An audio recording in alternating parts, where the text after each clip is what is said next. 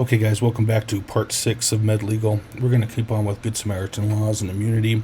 A couple other things as we go through as well. A couple things about Good Samaritan laws and immunity. As long as you guys are acting in the best interest of the patient, you will not be held liable for any errors or omissions. When we're talking about the Good Samaritan, remember, this is when you do not have a legal duty to act, so you are not on duty. You may or may not be in uniform. We've talked about that already in the last lecture. But basically, it means that you're acting in good faith of the patient, that you are not expecting any kind of compensation, so you can't ask your patients for tips or anything like that. You are still working within your scope of training. So if you're at the EMT basic level, you are only working within the EMT basic scope of practice within your jurisdiction. And you did not cause any grossly negligent manner to your patient, which means that no harm came from your patient because either you went outside your protocols or you injured the patient even more than they were when you first came into contact with them.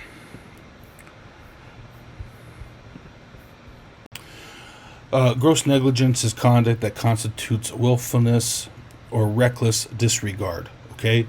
So again, that just means that you provided care for your patient, you did something outside of your protocols, or you didn't do something outside of your protocols, but whatever you did caused more harm to your patient than when you first met. The laws do vary state by state, but this is kind of a general overview of what the Good Samaritan laws and immunity means. Always consult your medical director. You guys will also get plenty of training on this when you guys get into your respected services. Okay, so when we're talking about negligence, you will be found negligent if you fail to provide similar care that a person of your similar level of licensure or training would have provided in a similar situation. Okay, so if you guys ever go to court over anything, you guys do have that expert witness. We talked about this a little bit already. But they're pretty much going to ask that same EMT basic, your level of licensure, would they have done the same thing in the situation that you were presented in? Okay? The good thing about negligence is that all 4 of these elements must be present for negligence to be provided or to be applied to your situation. First off, you must have had a duty to act. So you were a volunteer on a scheduled shift. You happen to be off duty, but you were wearing your uniform or something that represented your service. You decided to stop as a Good Samaritan and help out, or you were paid. You're being paid. You're on a scheduled shift and being paid. That's what duty is. Your breach of duty means that you did something wrong within that duty. You didn't respond to that call. You broke your protocols. You did not respond to that call or provide the same amount of care to that call that somebody at your level of licensure would have done the same way. Okay?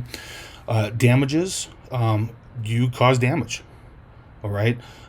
You did not leave your patient in better or same as they were as you guys first met them. And then causation is proximate cause. Okay? You happen to cause that injury to the patient. You were the one that actually made that patient worse off than when you first met them.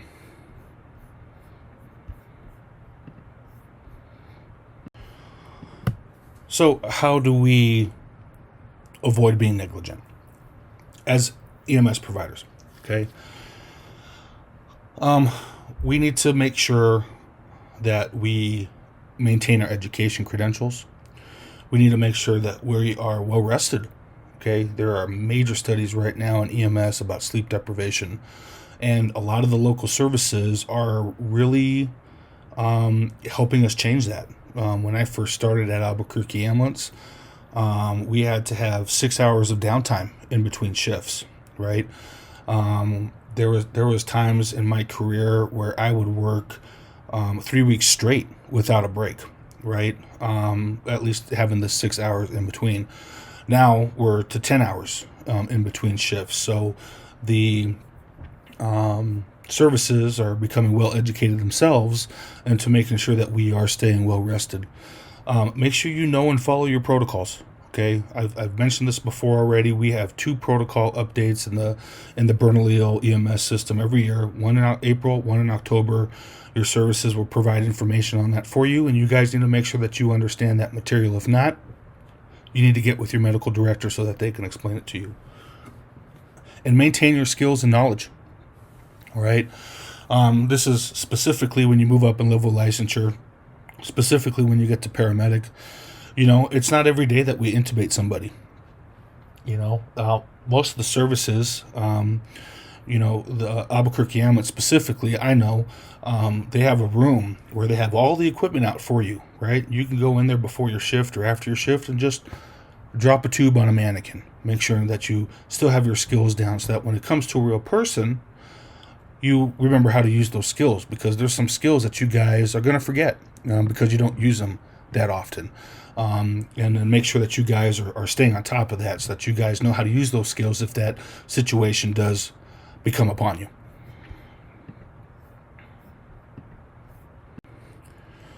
Okay, when we're talking about abandonment, this is where the EMT actually terminates care without the patient's consent.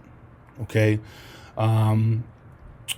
or it could be also by making provisions for continuing care. And what that means is you guys as an EMT basic, let's say you guys are transporting a patient to the hospital.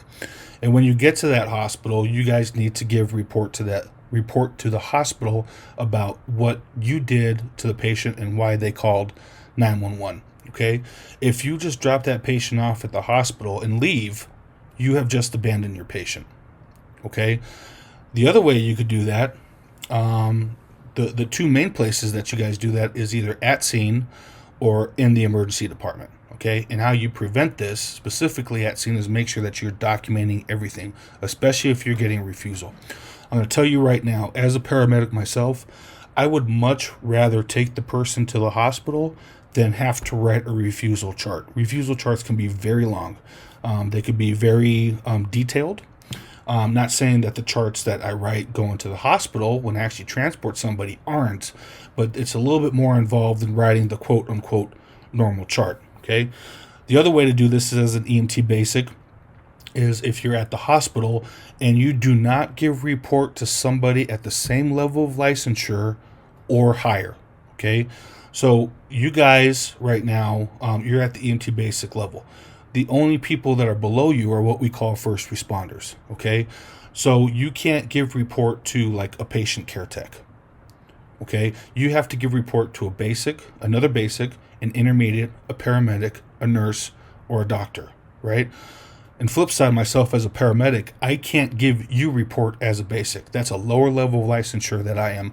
As a paramedic, I can give report to a paramedic, a nurse, or a doctor. It has to be somebody at my same level of licensure or above in order for me to make sure that I am not abandoning my patient.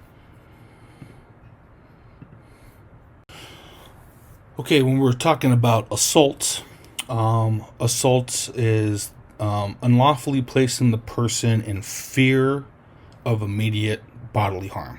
Okay, you can't assault somebody. All right, you can't say you're going to get on my gurney or else.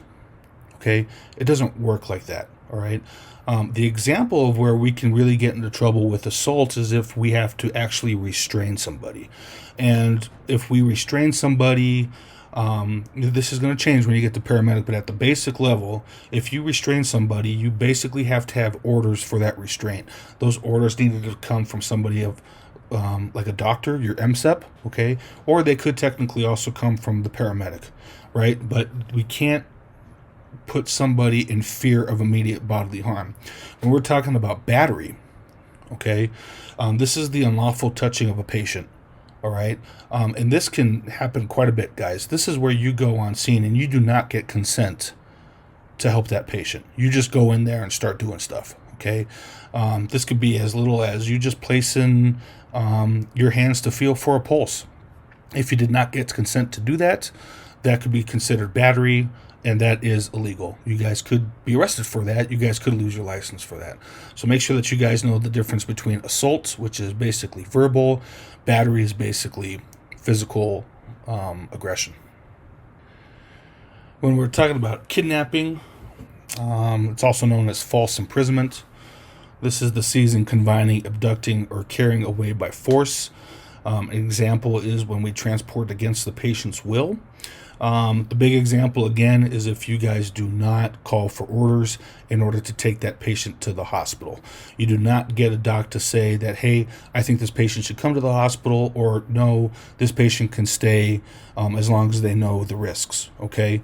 So make sure that you guys at the basic level, if you do need to restrain somebody, that you call for ALS or ILS intercept, right? You get a paramedic or an intermediate there, and make sure that you guys are calling a doctor in order to get orders to transport that patient against their will. Okay, when we're talking about defamation, this is where we're communicating false information that damages the reputation of our patient or person. Okay, when we're talking about when we're committing defamation as libel, this is when we actually write it down in our chart. This is where you call an intoxicated person a drunk. Okay, just because they're intoxicated doesn't mean they're drunk. Okay, or you call them a druggie or something like that, right? And you actually put that in your chart. Slander is when it's spoken, is when you call somebody a drunk, or you call them, you know, you're nothing but a druggie or something like that. We don't do that. Okay. Defamation can happen when there's a false statement on your run report. We just talked about that. Or any inappropriate comments made during a conversation. And again, I'm going to give you guys a warning. Okay. This goes out even when you guys are sitting there and talking to your coworkers. Okay. We have a whole different language in EMS. Okay. I can have conversations with people where nobody else knows what we're talking about. Okay, I could speak in code, I could speak in all kinds of different stuff when I'm talking about patient care. But this could be when you guys are at a bar or out to dinner or, you know, whatever, wherever you guys are at, and you guys are with your friends and you guys are talking about a patient. If somebody there knows exactly what you guys are talking about, if they happen to be that patient's family member, okay, well, first of all, you violated HIPAA. And second of all, you guys can be sued for defamation. So be careful what you're saying and who's around when you're saying it. Okay? Your run report needs to be 100% accurate. It needs to be relevant to the call. You're not assuming anything. And it needs to be factual. Okay? It needs to be factual. Make sure you guys are doing that, and you guys will get plenty of training on how to write a chart when you guys get in your services. We're going to talk a little bit about it here in class, and you guys will also be talking about that in your clinical class as well. Just please only put facts in your report. Okay?